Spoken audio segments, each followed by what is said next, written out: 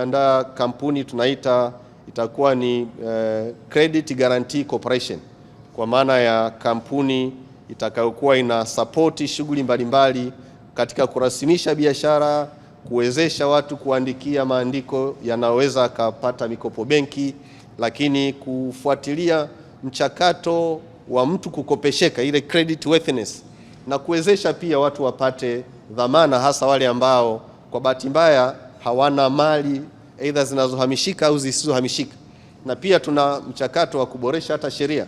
Tulikuwa tunataka tuangalie namna ambavyo mtu anaweza kaenda kukopa kwa kutumia hata cheti chake, kwa sababu tumeona kuna vijana wengi wanahitimu vyuo vikuu lakini labda hawawezi kukopesheka kwa sababu hawana mali au hawana dhamana.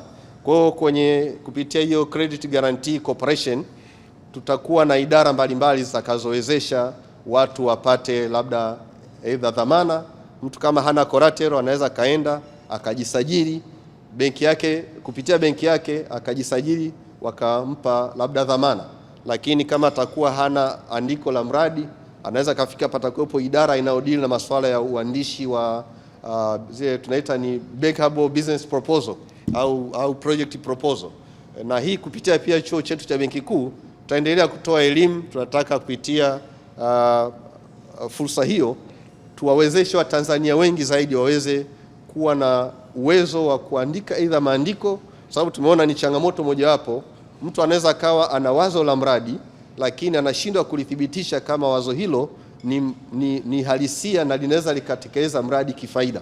Kwa hiyo ni vitu mbalimbali tunavyojaribu kuviangalia, na kupitia hii Credit Guarantee Corporation nashukuru kwamba wenzetu kwa mfano wa World Bank wamekubali kuiunga mkono kwa kuongeza pale fedha, na watatoa kama mkopo nafuu kupitia serikalini wa dola milioni 150. Na sisi kwa fedha ambazo tumeshazikusanya mpaka sasa tunaamini, kwa sababu ile facility sasa hivi iko ndani ya Benki Kuu, lakini lengo ni kuitoa ili iende ikafanye kama iwe ni kampuni huru, ili jiendeshe na itaweza kufikia watu wengi zaidi, ili sisi tubai kama regulator tutaipa leseni, tutaisimamia kwa misingi ya uendeshaji ambayo itakuwa ni bora zaidi kwa manufaa na mustakabali mkubwa wa nchi yetu.